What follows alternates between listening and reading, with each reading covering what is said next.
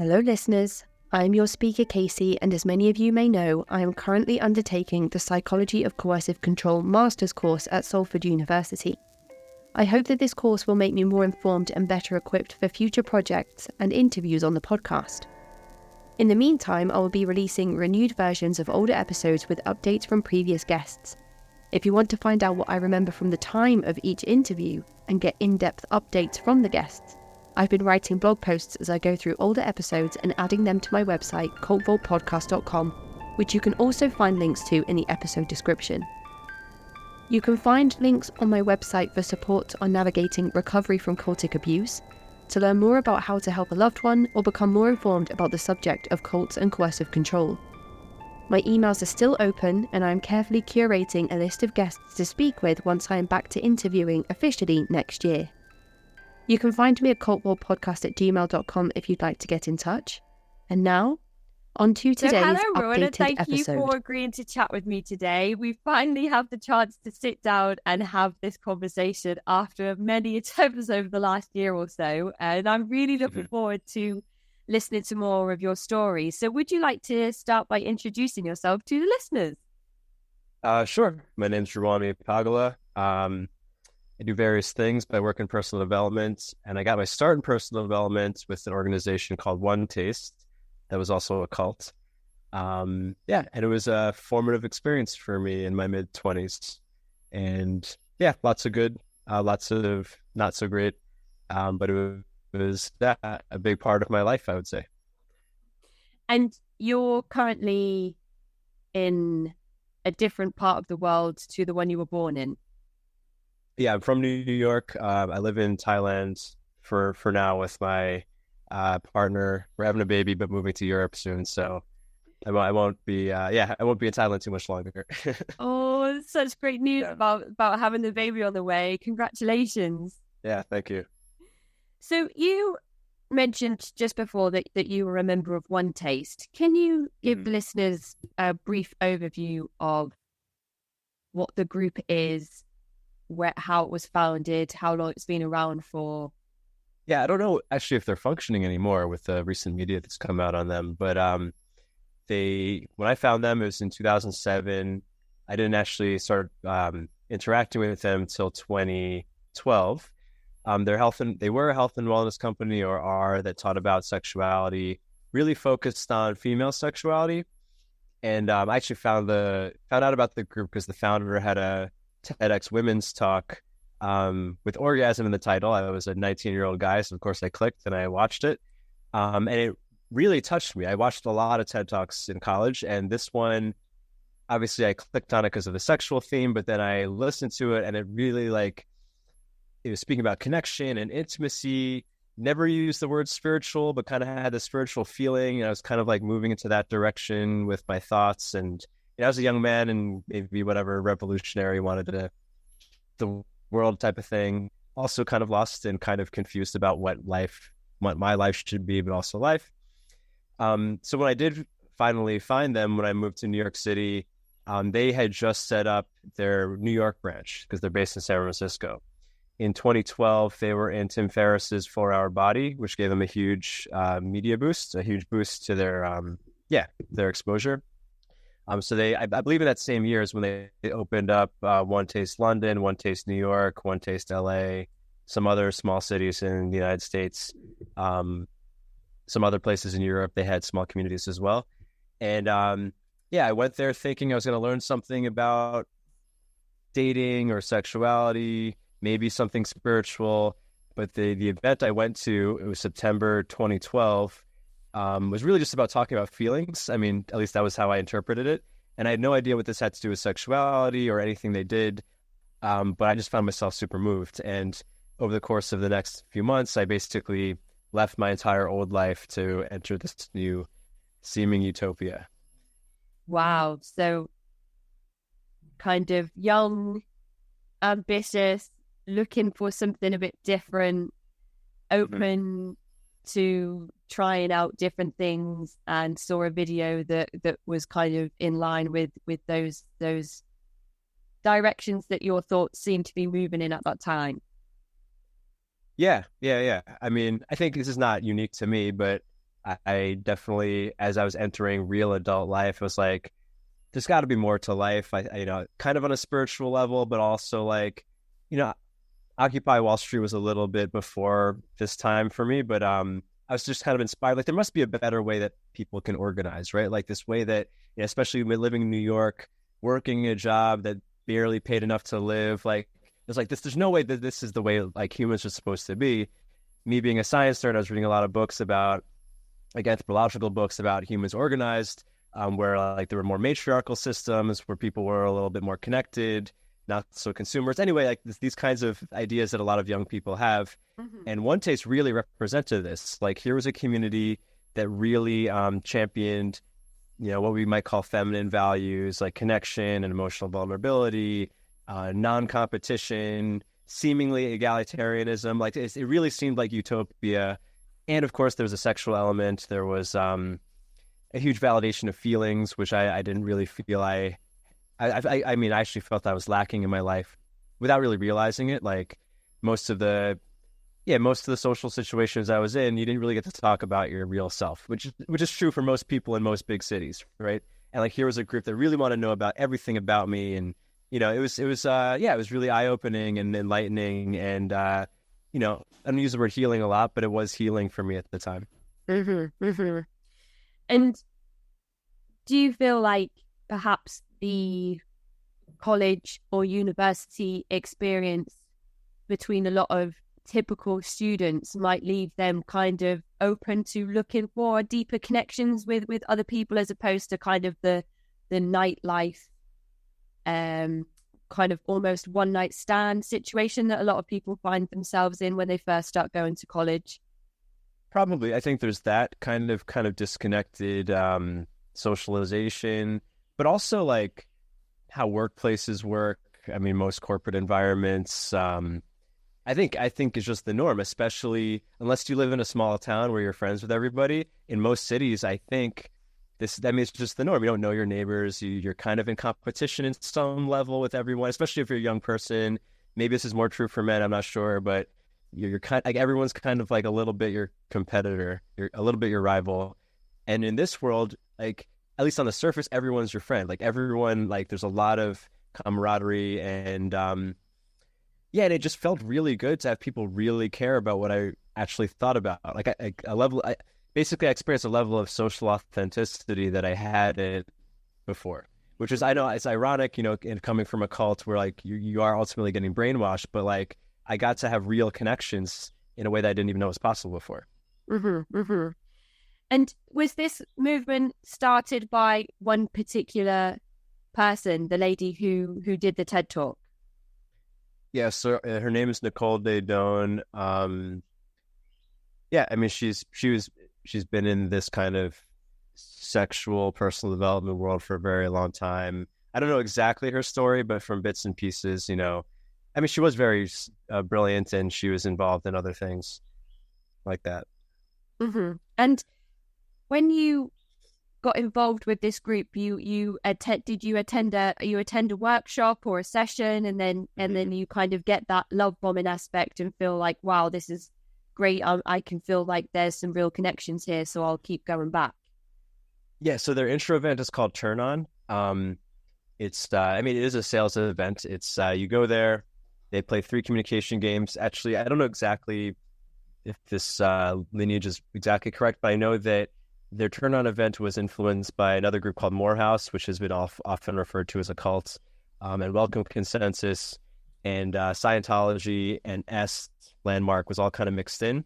Okay. Like the founders of these organizations allegedly were all friends, which is why some of the same terminology is used in all of the groups.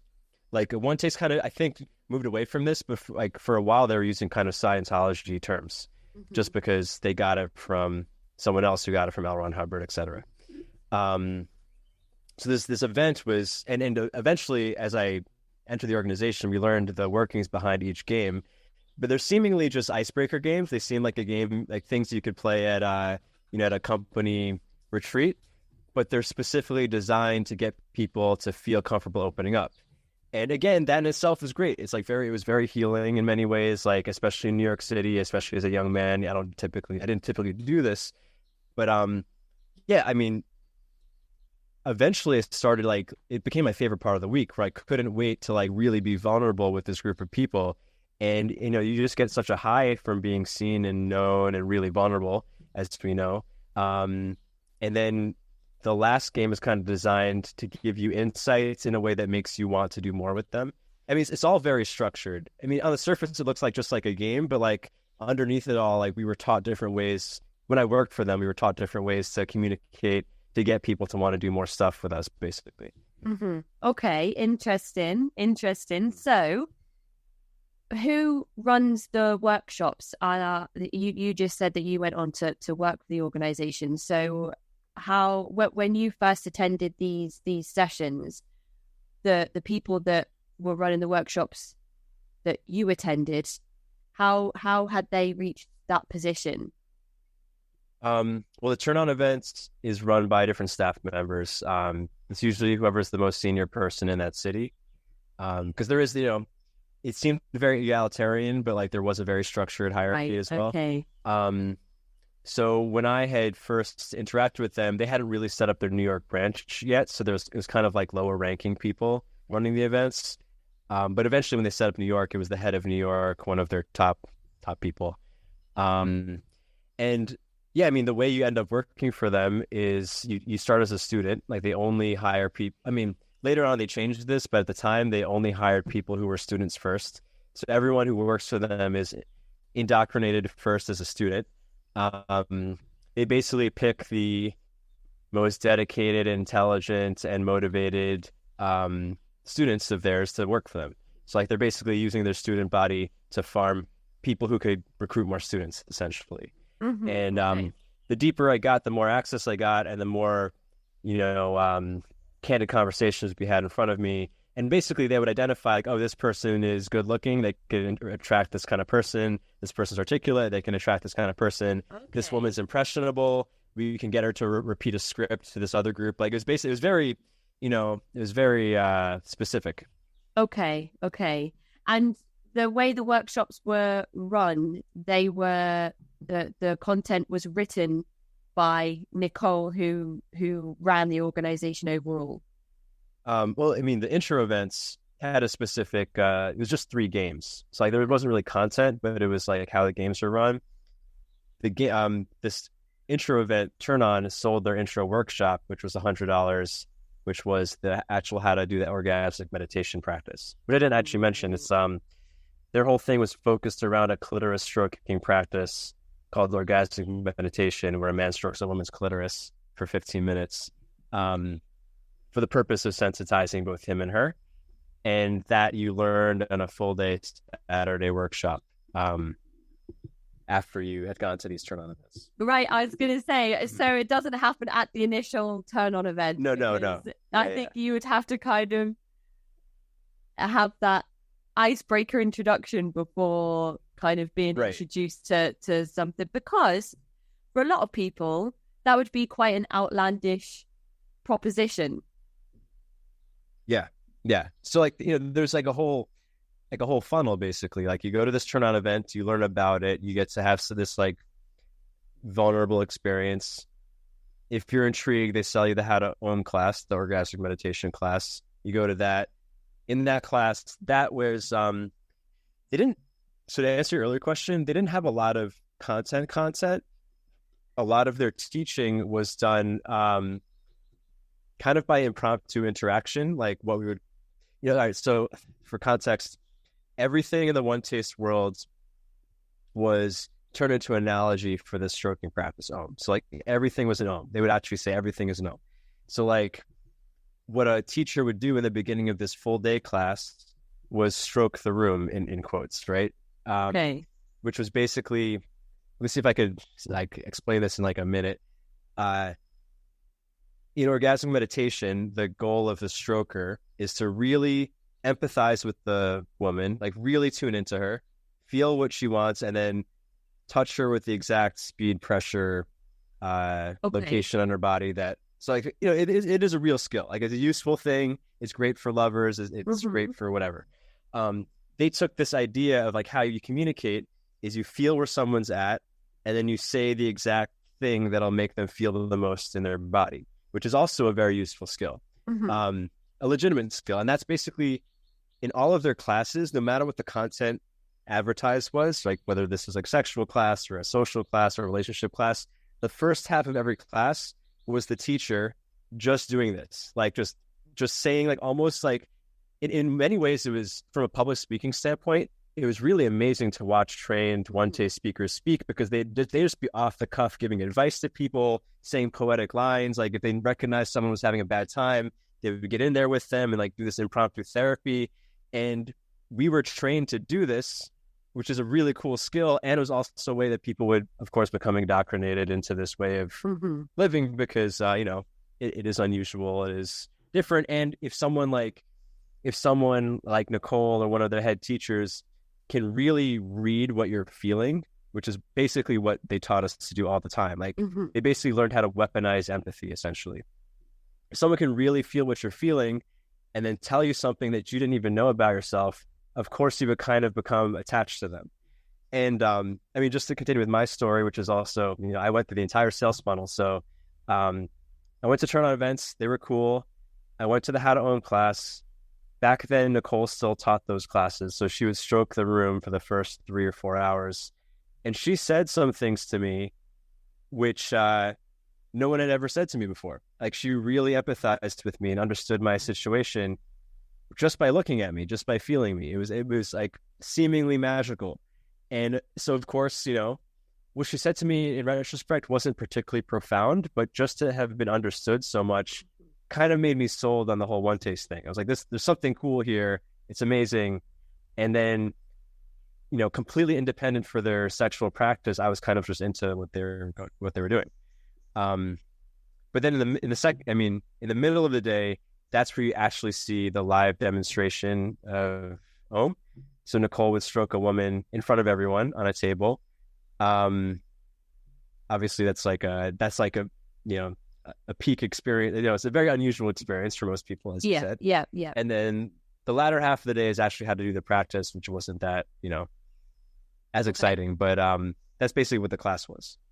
Right. So in terms of sexual expression and sexual freedom, I feel as if maybe this is not true because I'm living in this moment now, but I feel as if those things are becoming more acceptable in society to discuss and talk about, depending on probably where you are in the world and the people that you're surrounded by.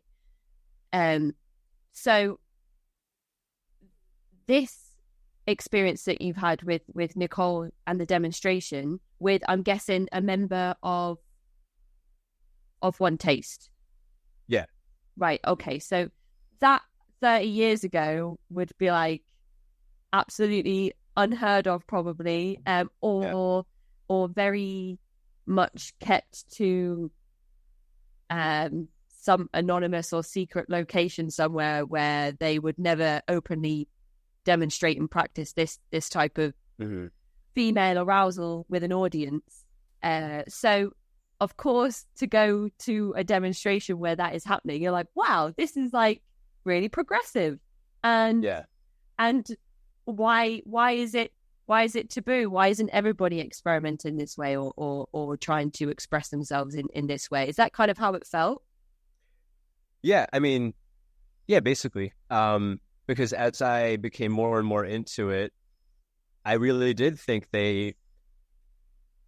we kind of jokingly spoke about New World Order, but like I really felt like, okay, like these people, they figured it out. Like imagine the entire world was like free sexually, but also just like emotionally, and like we were all like connected. Like that was the whole thing. Like we like their kind of spiritual world domination goal was to get everyone connected, which I think a lot of cults, a lot of personal development groups and spiritual groups had the same idea. Like, let's all believe in the same God. Let's all love each other, which is beautiful. Yeah. Mm-hmm. But I feel like the sexual proponent of this group does make it different to the majority of religious groups, splinter groups and various sects of different spiritual groups.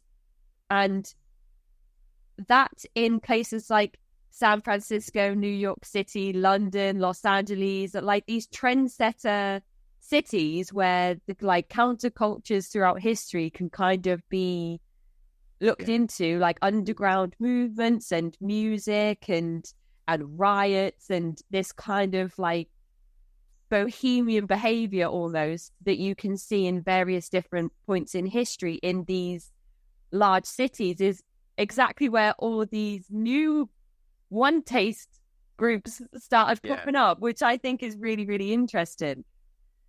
Yeah, it is that kind of person, right? The kind of person that would have gotten into the punk movement in the 80s was also into, like, there's a lot of artists in this community, a lot of like seeker type, people who are willing to do something a little weird, which is also part of the fun. Like, everyone was like really interesting. Not everyone, but like it's a really interesting group of people, and like the community itself would recruit. It was a self-recruiting group because anyway, it was it was just very magical for me entering initially.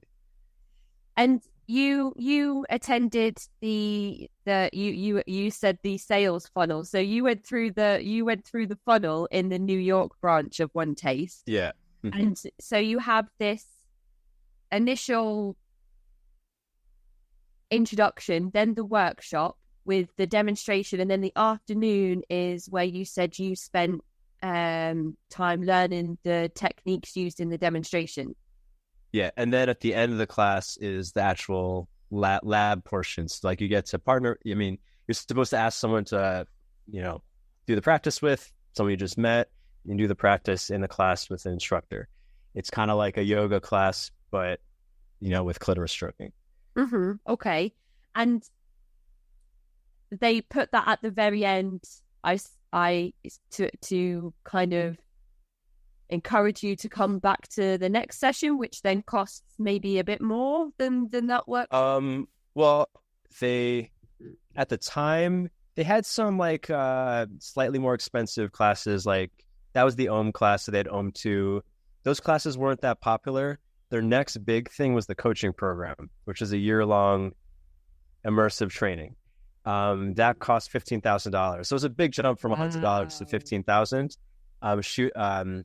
They would pitch that, but in between, you were part of this community. So like once you took that OM class, in the big cities, twice a week at least, there was a free OM circle. So it was a free class, a free community event for anyone who had taken the class, where you get, it's like basically almost like a salsa hangout where you get to meet up with people and dance. It's like you get to meet up with people and do the OM practice. And it was just like, it was a very safe place for people to explore this part of their sexuality. And how were like emotions and feelings managed? Because I imagine that there must be some relationships formed within these groups does that kind of aid in the practice, or does it hinder the practice in terms of everybody being involved with each other to bolster the experiences that everybody is having? That's a good question, because at the time, polyamory was very it was very encouraged. Like, everyone was supposed to follow their desire. A lot of people, I mean, there's a lot of young people, but there's a lot of divorcees, or like people entering as a relationship, and a lot of them would open up, and like that kind of drama. Of course, drama occurs when everyone's connecting, sleeping with each other. That kind of drama, I think, increased attachment to OneTaste, because who's going to mediate the drama, or who are you going to go to if your partner is sleeping with someone else and they're pissing you off, and they're also and you're sleeping with someone like OneTaste was the authority on. I mean, they taught relationship classes. They had this staff of relationship coaches. And they really did give, and I mean, I coach relationships now, and most of my education I got at OneTaste. Like, I think it's a legitimate education. They used it for alternative means. They got people like dependent on them, but they got people dependent by giving them good advice as well. Like, everyone became like attached to OneTaste because they had all the answers basically. I think that answers your question. Absolutely, yeah, and that's kind of I asked that question with the subtext of kind of the totalitarian approach that you mentioned, where you have like spiritual groups like Jehovah's Witnesses, where you dependent on them to answer everything for you on how best to raise your child, on what clothes you should wear, how you should have your hair, what kind of job you should work in, where you should go for further education, and that comes through familiarity with your spirituality and scripture and kind of commitment to your church throughout your life. So with high demand religious groups, they have spent so much of their life kind of having this rule book or guidebook to get them closer to their chosen God, that they almost don't know how to, well, members of all these different spiritual groups find it difficult to make those independent decisions because they've never had that level of independence. And I feel like OneTaste is kind of sounding as if it does something similar, but it's using sexuality, sexual expression, emotions. So it's doing the same thing, but it's just using a different part of the kind of the brain and the makeup of kind of the human body, if that makes sense. Yeah, it's a good point. I mean, with both jealousy but also arousal, like they were introducing people into basically new territory with their sexuality or relationships, which of course made everyone a little bit, just willing to seek guidance. I know a lot of people who like you would never think would join a group like this, right? Like they're so successful or maybe very left-brained, a lot of Silicon Valley types, like it's like, why would this guy? He's so smart. Very often those guys really became addicted to OneTaste because of a relationship issue, like the love of their life went and slept with someone else, and like who are they going to seek but Nicole for like help? So like this happened a lot. And when you say that there are types of people that get involved that you wouldn't necessarily immediately assume would be the type of person to get involved, would you think these are the types of people that found it easy to pay $15,000 for a 1-year course?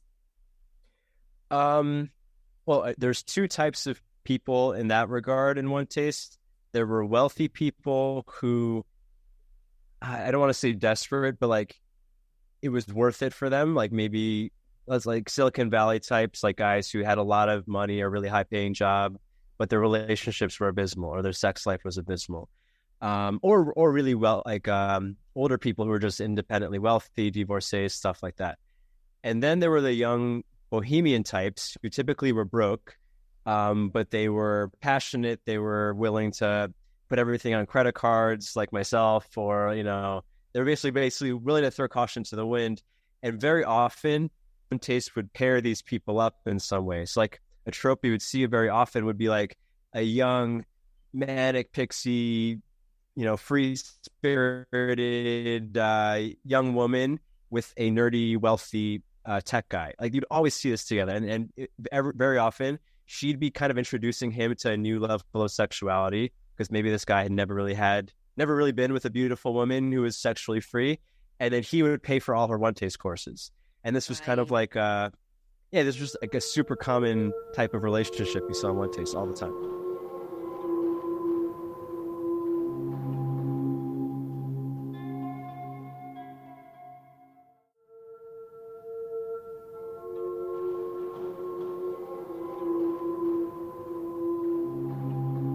Right. Okay. That is interesting as well. It's almost like that sense of like fulfillment or enlightenment that people search for in spiritual groups, but they're looking for it in a sexual sense with OneTaste. And I keep comparing it to spirituality, but that's because the majority of interviews that I've done have been with people that have left religious groups. So that's the bulk of my experience. I'm trying to kind of compare the two, which is, it's really interesting actually to draw the parallels. So you mentioned that you could do the $15,000 course, and then you said something about credit cards. So I'm guessing that you went on to do the $15,000 course.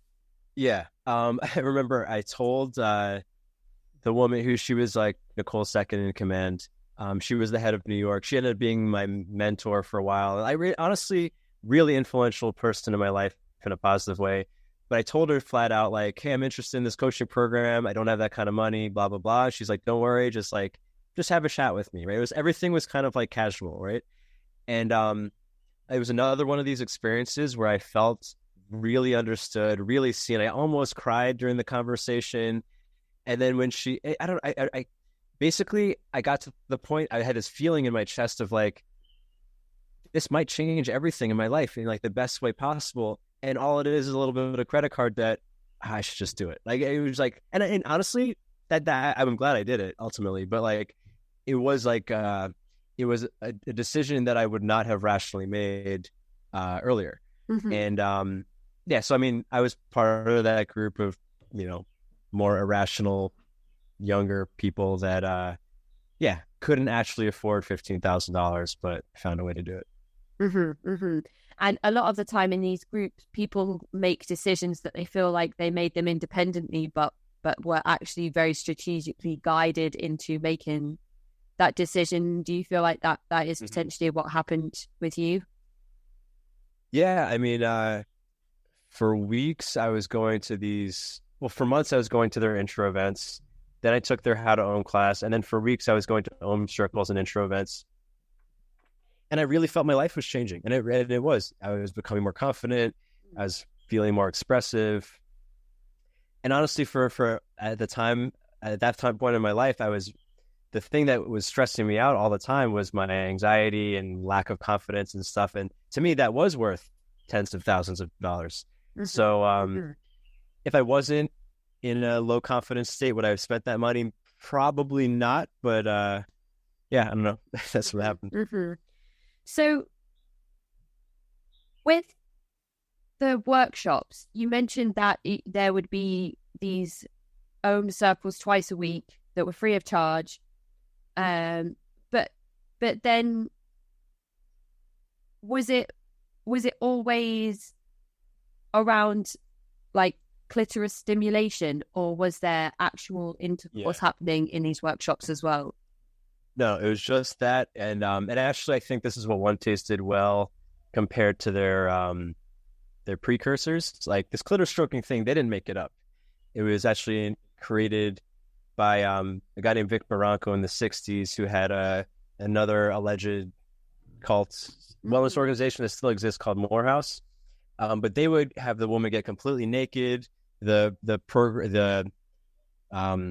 process would be like many hours long. It wasn't very marketable. It was really kind of out there. OneTaste made it 15 minutes. Women only take off their pants. You only touch the clitoris. Like, it kind of made it more. It was just an easier thing to say yes to for a random person, for a typical person. So yeah, we only did this practice, and the idea was like just like Bikram yoga or like Ashtanga, anything you do over and over again, like it's like you learn more by doing the same thing over and over again. So that was just what everyone did.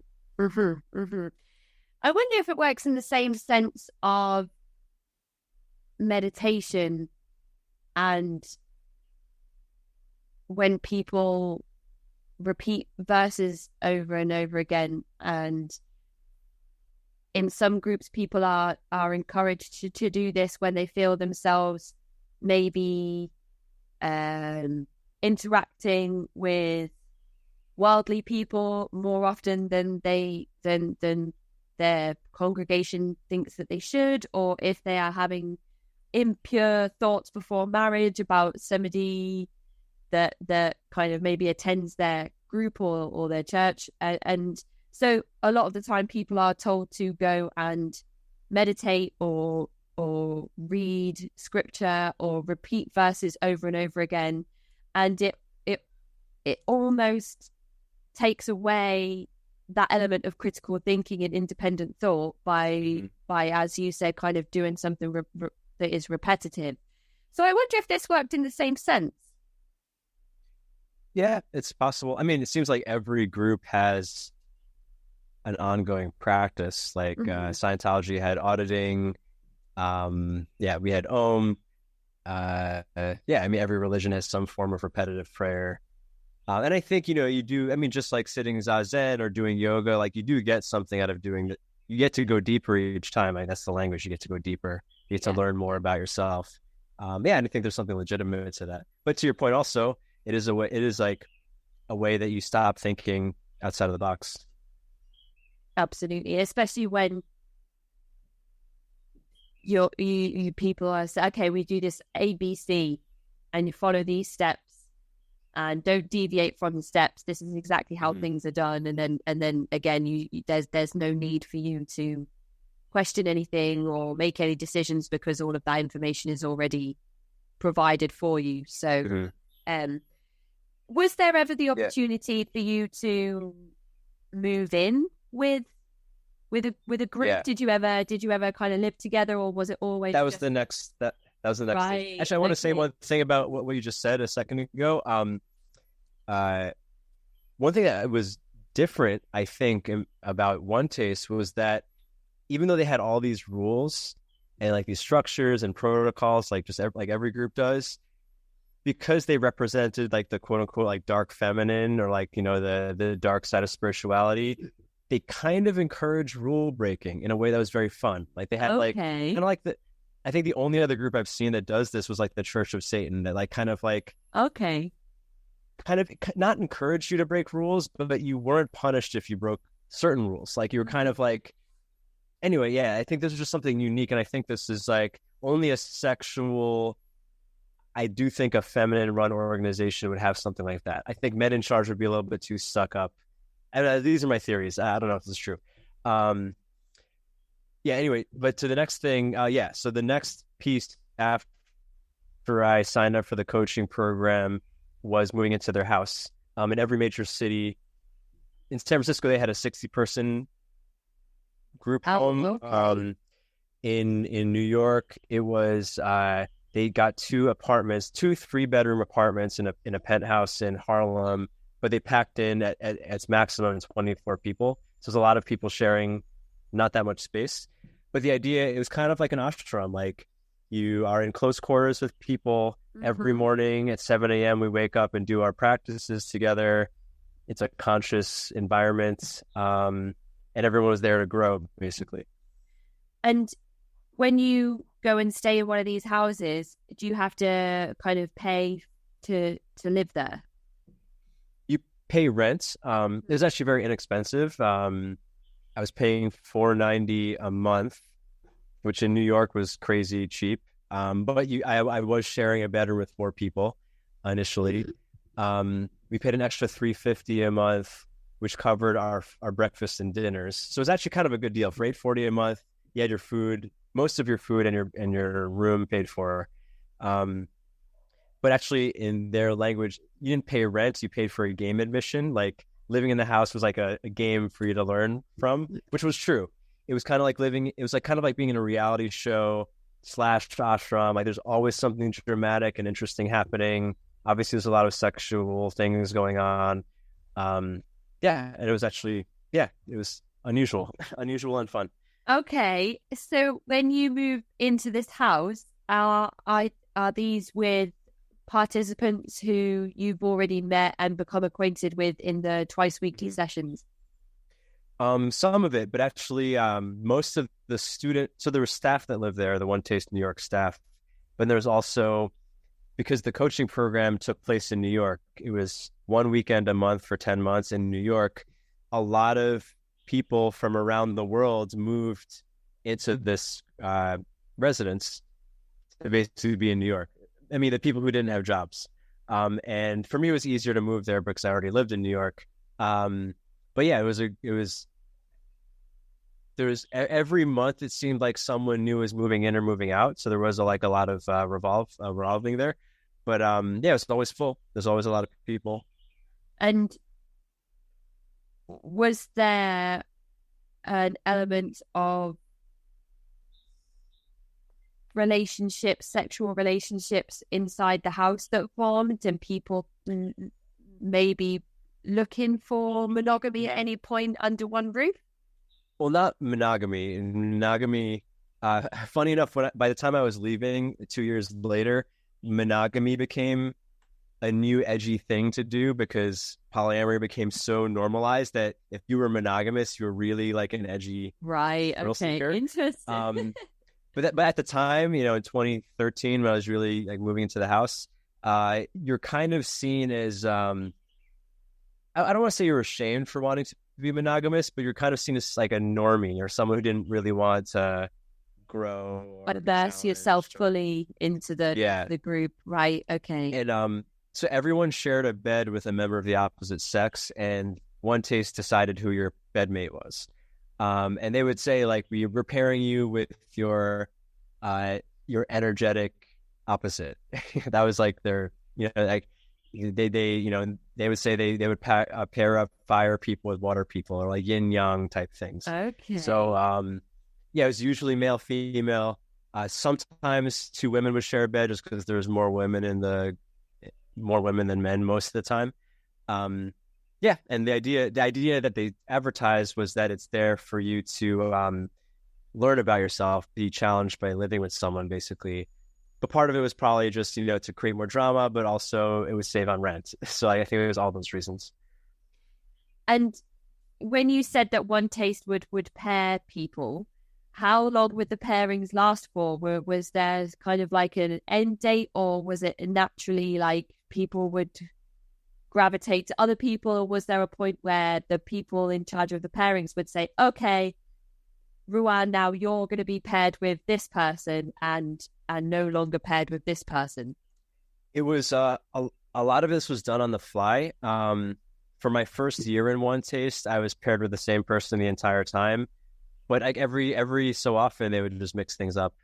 And actually, one of the most fun parts of living in this house was the weekly house meetings. Like the weekly house meetings was kind of like going to church with your best friends. It kind of reminded me of being of Cub Scouts when I was a kid. Like you'd all get together, you'd share everything cool, but going around, going on in your life, but also the house mom would give impromptu coaching and like spark out drama and then resolve the drama. Like it was a really interesting time. Every Thursday night we would have this, and like this is where they would change people's lives around, or have people move rooms, or have someone do something unusual for their enlightenment. Like it was always something interesting going on, basically. Wow, that sounds like very, very busy. Like, not necessarily at the time in a negative way, but there's no sense of feeling sort of like settled or like establishing a routine that is going to just continue, like your 9-to-5 job kind of thing. Right. Or time to think. Like, and it was done in a way that like it wasn't like a stressful kind of, initially it wasn't stressful. It was like, there's always something so interesting happening. And actually in the OneTaste philosophy, this is something Nicole would always say, like she would compare it to like more traditional spiritual paths, where they would say like, I'm trying to remember exactly what she would say, like meditation or right-handed paths would have you be still. It's kind of like a glass of water. You want the sediment to sink to the bottom. But she would say, oh, but then you can't drink the water. So what we do is we stir everything up so it's all crazy so it can get out, and then you can drink the water. Like that was like kind of her philosophy, or their philosophy of like, let's make our lives as chaotic as possible, and somehow that gets you enlightenment. That is such an interesting approach. But it was obviously working for some people because they were expanding and people were moving into the house. So something must have been working for members at that time. And she didn't invent this idea. Like it is, certain Tantra traditions have the same philosophy, like play with sex and drugs and go crazy and see where your enlightenment takes you, your consciousness takes you. Yeah, absolutely. Yeah. And did you ever spend time with Nicole personally? Was the New York branch something that she was involved in actively?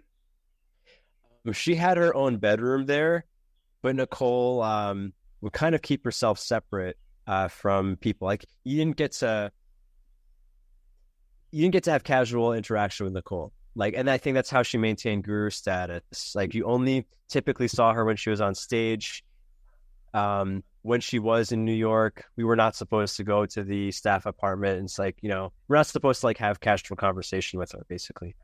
So like, yeah, she was kind of elevated to like kind of a deity status that way. Mm-hmm. And you said a little bit about how it's kind of that there isn't supposed to really be any type of hierarchy, or that's often how it's advertised or spoken about. But then Nicole has a second in command, and she herself is at this elevated status. So when did you start to realize that maybe there were different levels within the groups that people could reach? When I started becoming interested in working for them, this is maybe the spring of 2013. So I had, you know, been around OneTaste for maybe 9 months. I had been in the house for maybe 3 or 4 months. Excuse me. There's definitely, I mean, what was different about OneTaste, like to compare to Scientology, for instance, that had like clear ranking systems. There weren't really clear rankings in OneTaste, but there was kind of like this pyramid of approval, like status. Your status in OneTaste depended on how much the next matriarch approved of you. Like, it was kind of like, and the way that the chain of command, if you will, was in OneTaste, it was kind of like a series of parent-child relationships. Like, Nicole was everyone's grandma. Right. The heads of the cities were kind of parents, and then we were kind of kids, and there were older siblings and younger siblings. And like when I eventually started working for OneTaste, my mentor would sometimes jokingly refer to me as her kid. And we kind of had this kind of weird mother-son relationship in a way, like where she was my boss, but she would be very involved in my personal life. And I don't know how to put it other than it felt like a parental relationship. And that's basically how the power pyramid of OneTaste worked. Okay. And did you find that more so when you did start to work for them?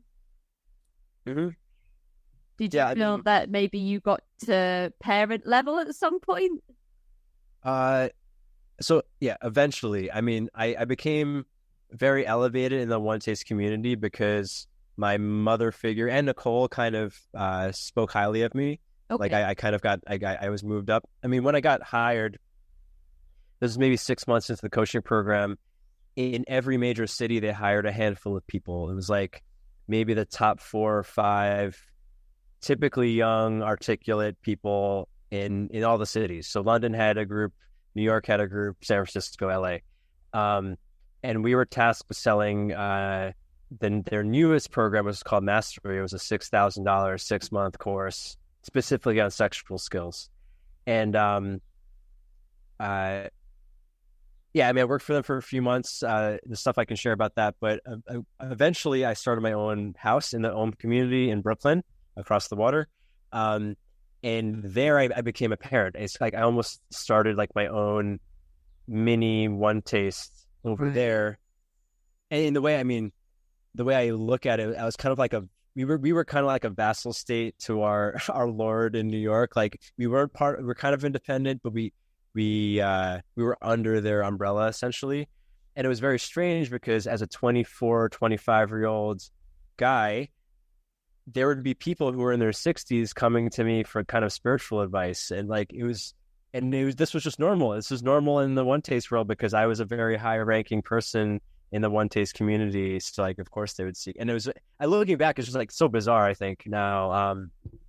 But yeah. So I did eventually experience some level of parent status.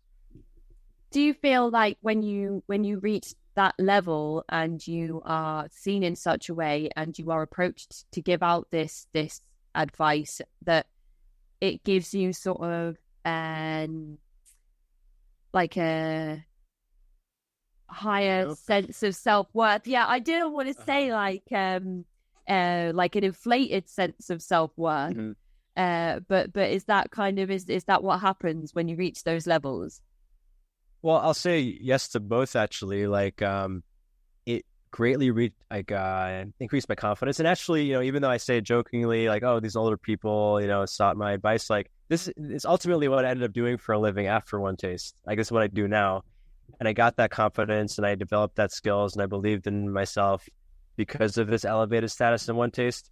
And at the same time, I definitely had an inflated ego. Like I definitely, I was just eating up their validation and I saw myself as more important at times or more wise than I actually was.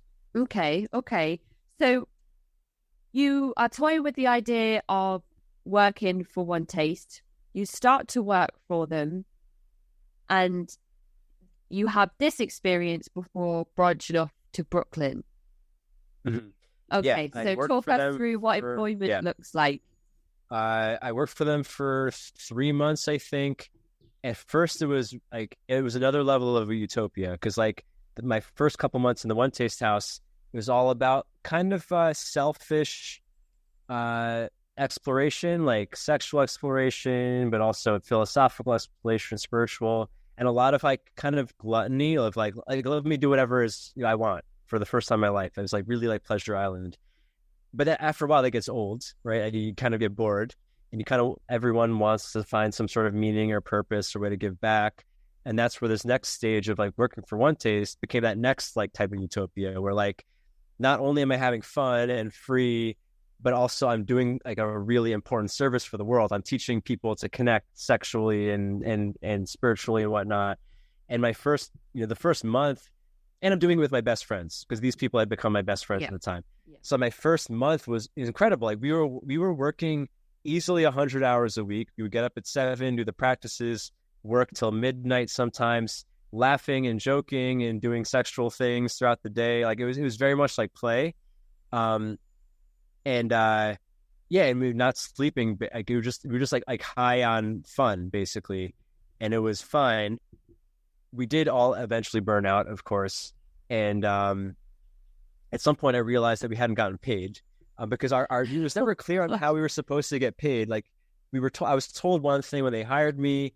We were told another thing when they kind of briefed all of us. We were told another thing another day, and after 2 months, I realized we never received $1. So I maybe because I was in debt or whatever, I was the one to complain, and I kind of got ridiculed for complaining for not getting paid. And they did eventually pay us something, but the response I initially got was, "Oh, you're they kind of framed it as oh, you're being selfish. You're attached to money. Yeah. You're not doing this for the love of helping people, right?" Oh, we got this. So even though I held my ground somewhat, but I also kind of was wait, everyone I know, including the 4 other people who also weren't getting paid, were all against me somehow. For this brief period of time, I was am I the crazy? Are they right? Yeah. Because if everyone you're talking to is saying the same thing, you're maybe I am selfish. Maybe I'm being an asshole. And anyway, they did eventually pay us something. And I'm kind of glad that, I'm kind of glad I'm somewhat attached to money because I held my ground a little, eventually on this thing. I did get fired, partly because I was raising this stink, but also because OneTaste really did live by their philosophies in that they didn't plan for stuff. They always followed their feelings. So they hired a bunch of people when money was coming in, and then they basically overspent and ran out of money. So they had to fire a bunch of people worldwide all at once. And obviously I was going to get fired because I was a more difficult employee. And from then on, this was the end of 2013, I still wanted to live this lifestyle and be a part of this community, but I didn't want to work for OneTaste. That's what made me start the Brooklyn House. Okay. I was I want to create utopia that's not attached to OneTaste business practices. Okay. So your idea of this utopian community had started to shift in between that you started to work for OneTaste and you finishing working for OneTaste. Yeah, because they had, when it came to money, they had a lot of weird things going on, like not paying employees. And something that was common was that they would kind of mix sexuality and flirtation with sales in a way that it was, it kind of just didn't feel right. Something about it felt wrong. Do you mean sort of like you explained earlier, sending out these beautiful women who were practicing free sex and relationships to go and approach wealthier people who may never have experienced the being with beautiful, free women. Yeah, but it's like something that's I think been hard to get across was I don't think it ever happened where a woman was like, hey, there's this guy with money, go get his money. Like it was never like that. It was like maybe kind of suggested, or like a person would get a sense like, oh, like I'll get approval from the higher ups if I flirt with this person. And the funny thing is, a lot of these relationships were real. It wasn't like these women were manipulating men. A lot of them actually fell in love with these guys, but OneTaste was the beneficiary. And they had a way of getting people to fall in love. And even like on a smaller level, very often my mentor would have me with women right before she had a sales call with them. So they'd be all turned on and basically say yes to whatever she said. Like there's kind of like this. Oh yeah, that's dodgy. Yeah. Yeah. And actually a lot of times their sales pitch was right after doing the own practice. So everyone was like basically flushed in the face with orgasm, feeling great about the world. So of course they're going to say yes to the thing that's pitched to them, right? Like when you're aroused, you don't have fear so much or think rationally. Yeah, I was going to say one more thing, but I forgot it. But anyway. Oh, and like a lot of women didn't even have to sleep with guys to get them to spend money.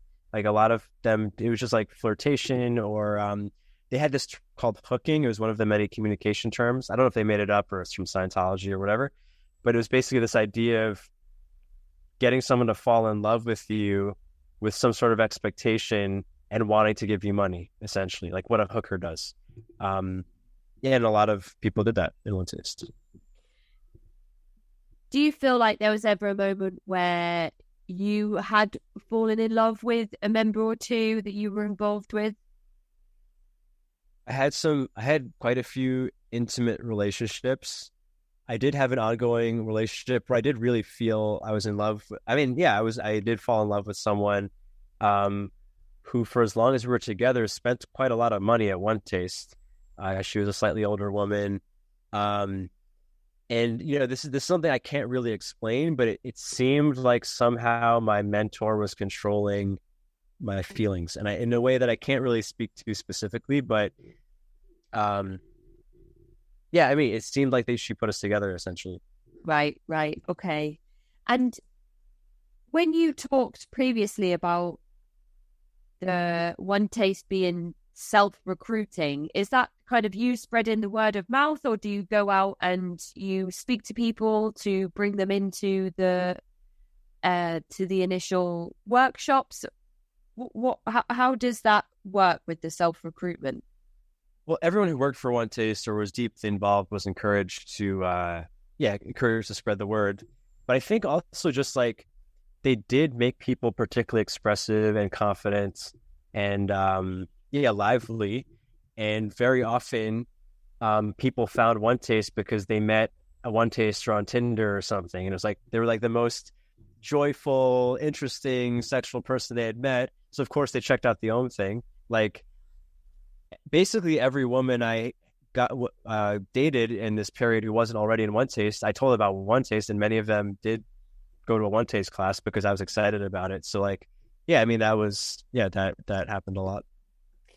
And earlier you said that there were only certain rules there were certain rules that you weren't punished for. It was almost like seen as a fun thing to break certain rules. Were there any rules that were in place that was not supposed to be broken, and there would be any type of consequence if there was? Everything was kind of contextual, because I'm trying to think like, well, certain I'd have to think about moment to moment. I'm not sure. Everything was kind of contextual. I don't know if there was anything that would always be punished, other than like one thing, which I think was a good rule. Like anyone who gets physically violent would get kicked out of the community, which is not a bad rule. But I remember, so there's one incident I can recall where a guy got really jealous because his girlfriend was sleeping with someone else, and something happened like that, some jealousy situation, and he got so mad that he punched the guy, and OneTaste kicked him out of the community. And I found it kind of strange that they were so quick to ostracize him over this when they kind of let everything else fly, in a sense. Like they let I just found like it was like kind of an odd line to me that they would make this the line in the sand. But I don't know, that's just what they did.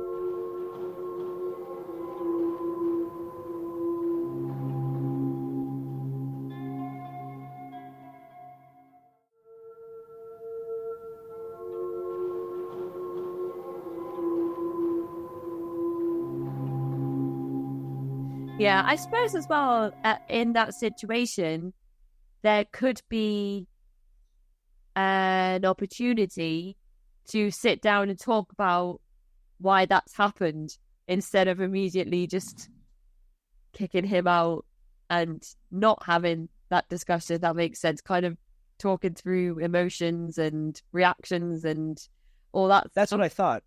Because they were so encouraging of all your dark emotions and validating your shameful feelings. Like I thought they would validate, like anger in that situation. Mm-hmm. But it might have just been it was a liability, or it might have been it might have been kind of like the feminine culture, like that violence wasn't okay. Mm-hmm. I'm not sure. Yeah. So you stop working for OneTaste, you go over to Brooklyn, you find like a big apartment or a big house and decide to start your own branch of OneTaste, basically. Well, our own house. We were trying to separate ourselves from OneTaste with being the community, but we followed everything that OneTaste communities did. Like we had 2 people to a bedroom. We did the own practice every morning. We had house meetings every Sunday night. Like, everyone was kind of involved in each other's lives in a fun way.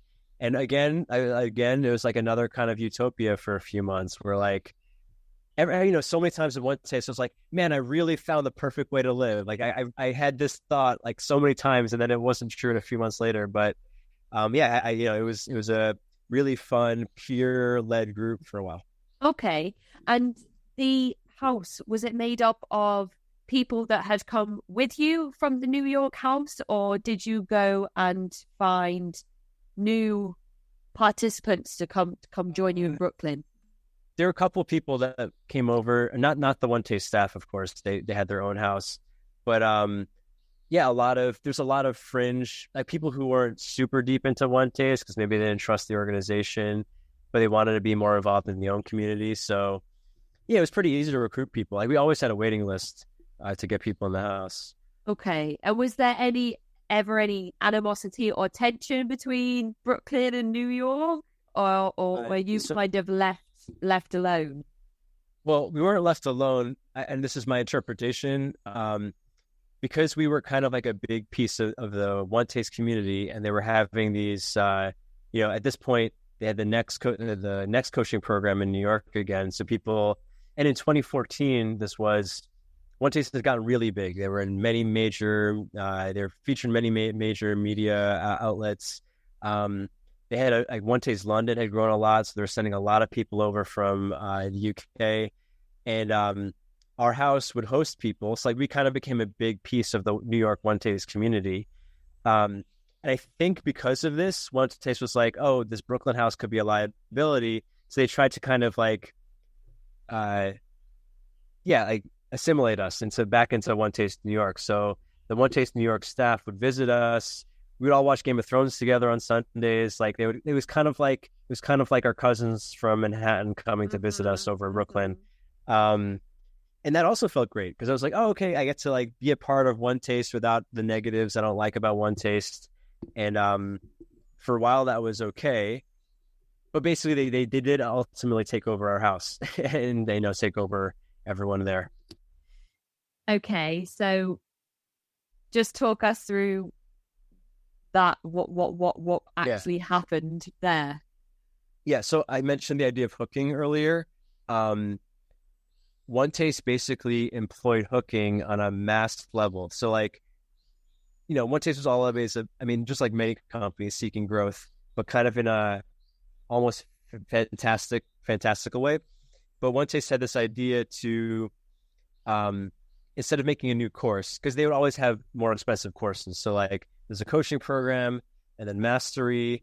In 2014, they unveiled the Nicole Daedone intensive, which was 2 weeks with Nicole, that cost between $20,000 and $40,000. Wow. But then they had the idea to sell the major cities, the ones they started in 2013, New York, San Francisco, LA, London, sell them to wealthy members of the own community for 7 figures. So they basically jumped another degree of 10. So one of my friends actually was independently wealthy, and they were trying to get him to buy the New York affiliate for a few $1 million.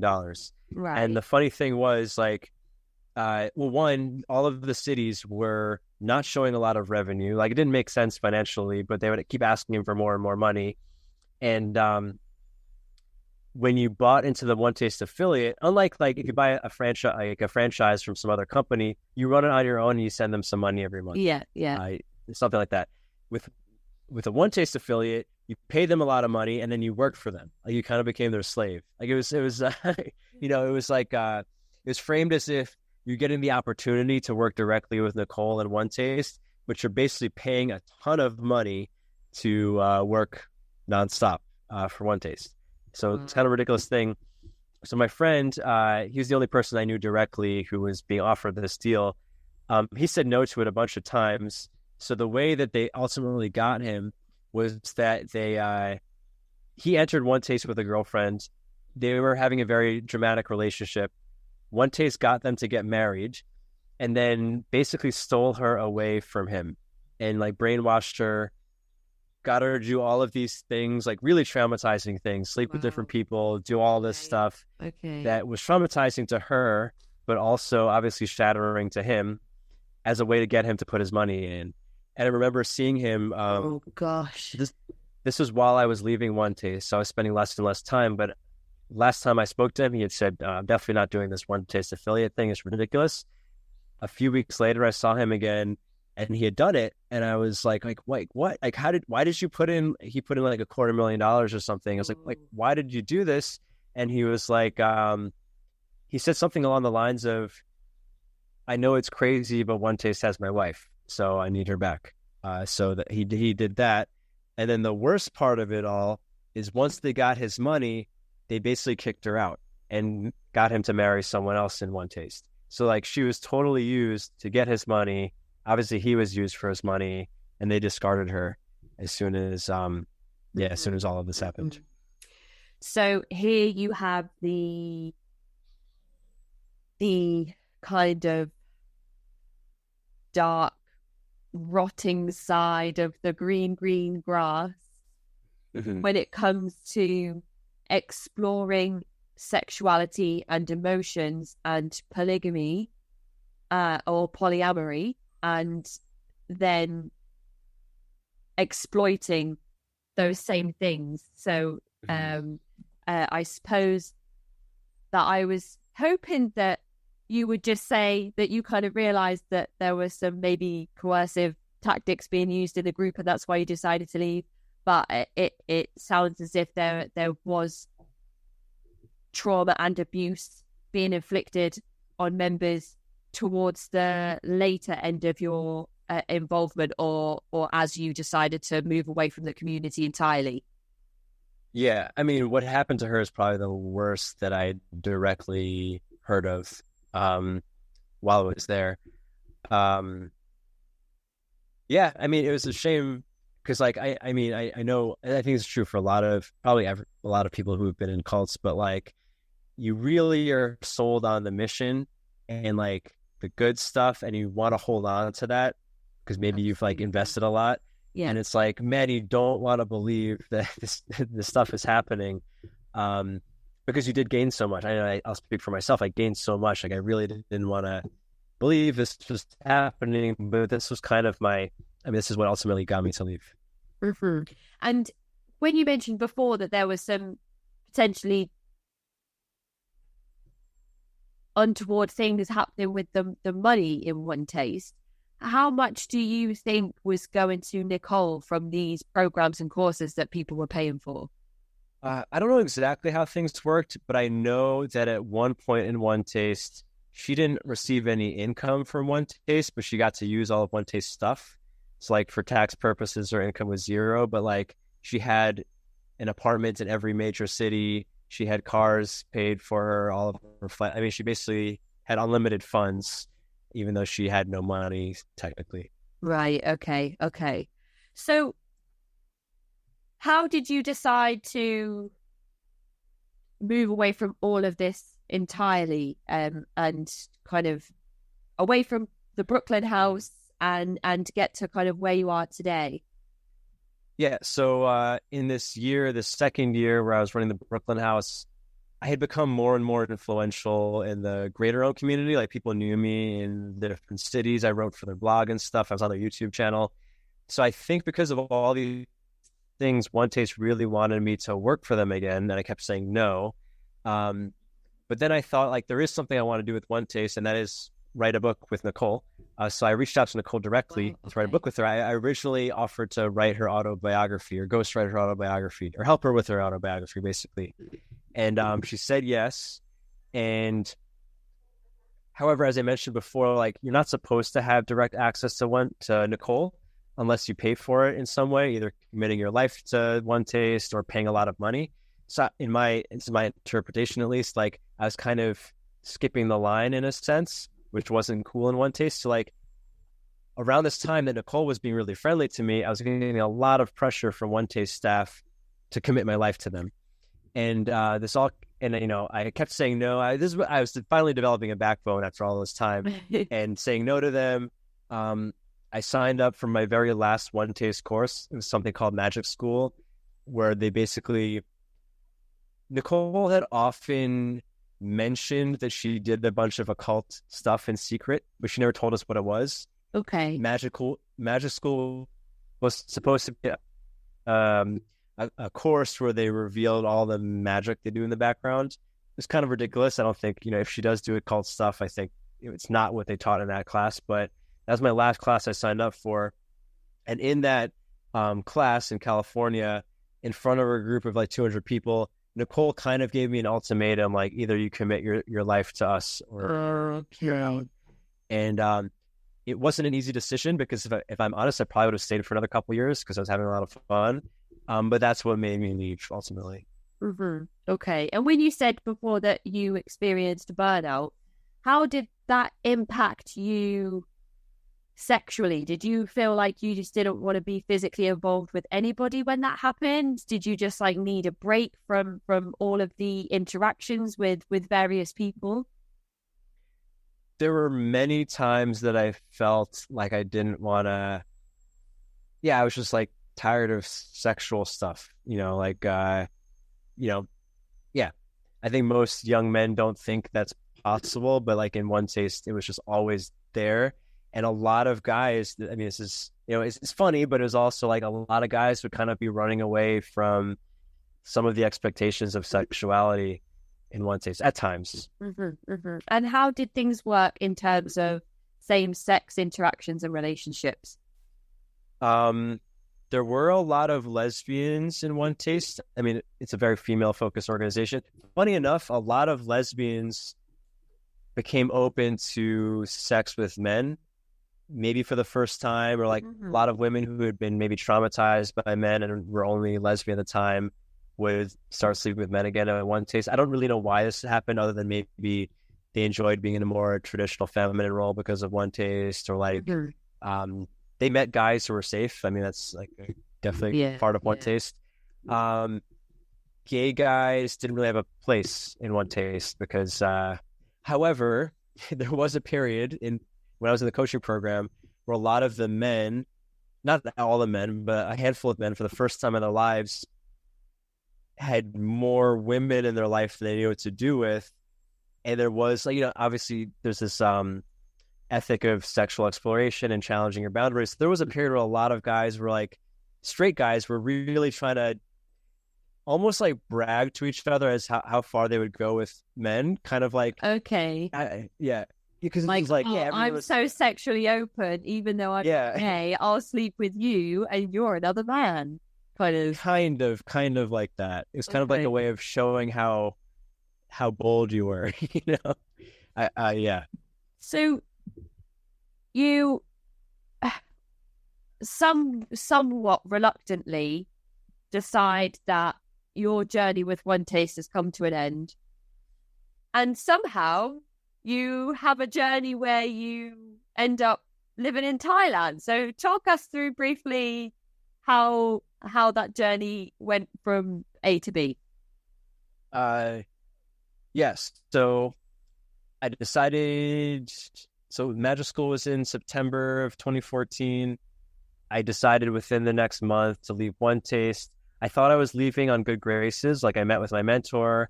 I said a lot of loving things. Because I knew that when someone leaves OneTaste, they get ostracized. Like, that's just like what happens.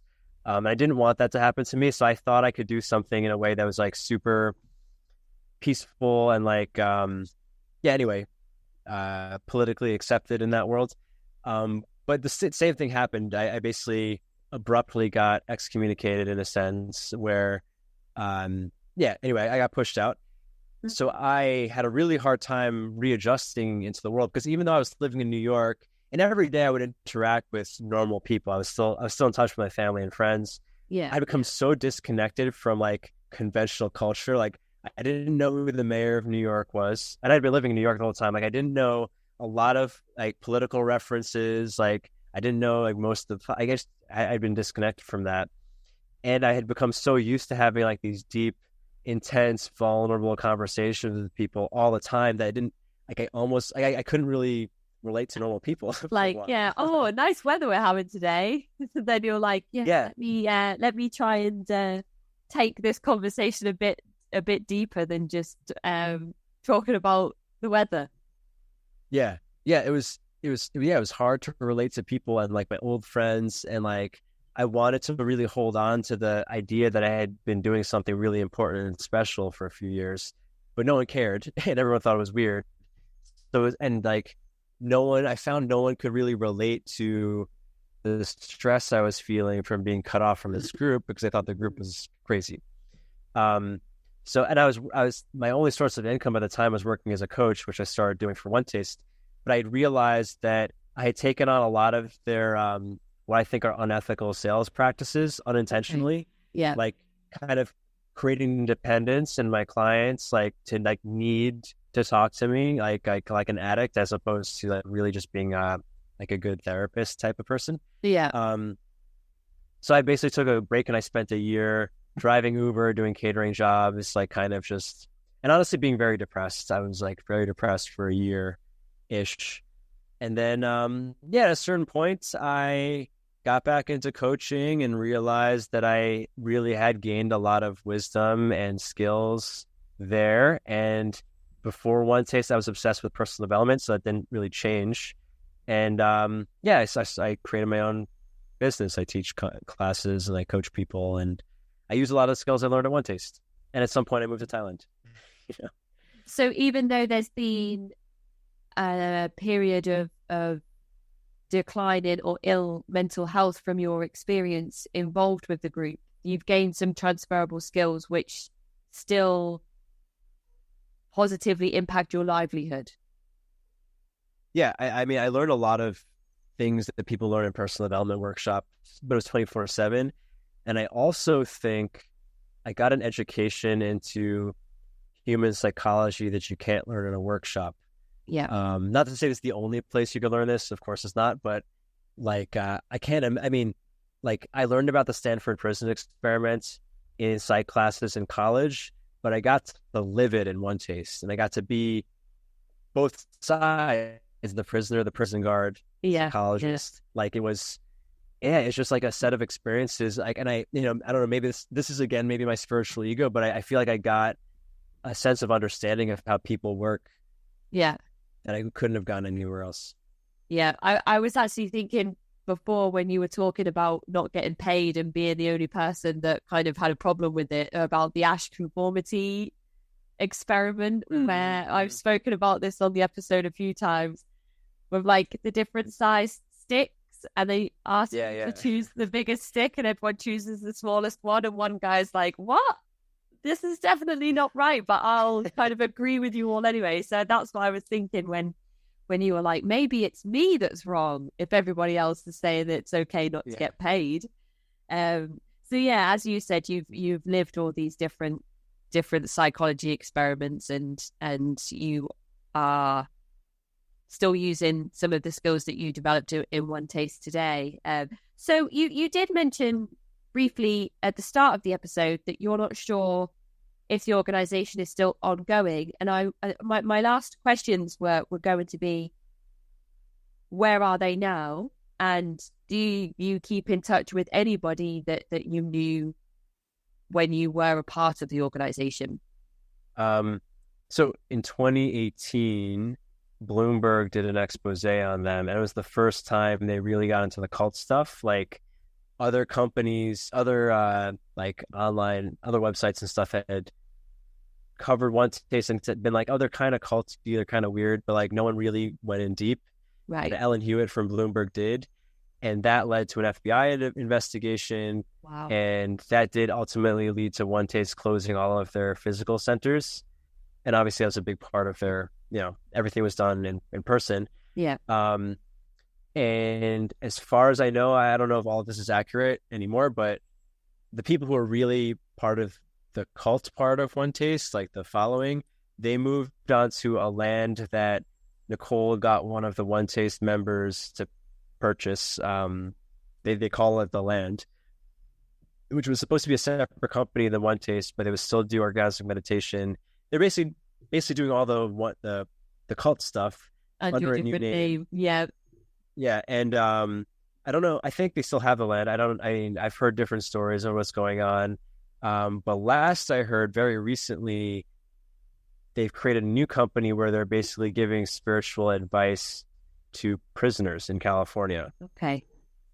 And I don't know if this is, I don't know exactly the motivation. I don't know if they're trying to actually recruit people or not, or if this, I do believe that Nicole and everyone in OneTaste does want to make the world a better place. So maybe they're just trying to help prisoners, but that's what they're doing last time. I'm sure that there's also endorsements for like rehabilitation programs and pockets of funding available if you're willing to go and work with that particular community. So I wonder if that has any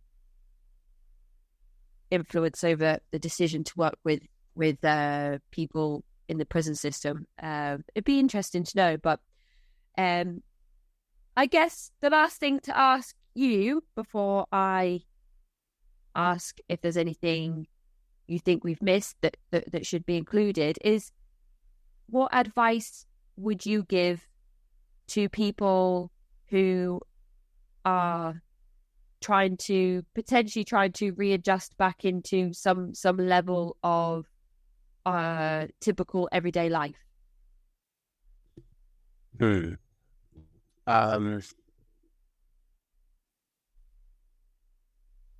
I would tell them they're not crazy. That's probably what. And they didn't waste their life. No matter how long you spent in a cult or an alternate reality, believing things you no longer believe, it wasn't a waste if you don't make it a waste. Like, in my most depressed time in the year afterwards, I definitely thought I ruined my life. And that was the worst part.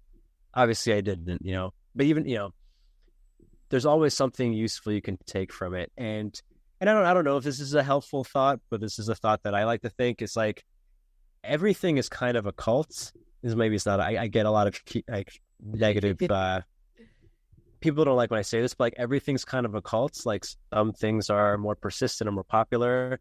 And like, yeah, maybe you joined one that wasn't that great, but like, everyone's kind of part of something, and you're not, there's nothing wrong with you.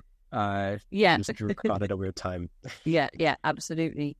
And I think what you said about thinking too much about the sunk cost fallacy is really important, around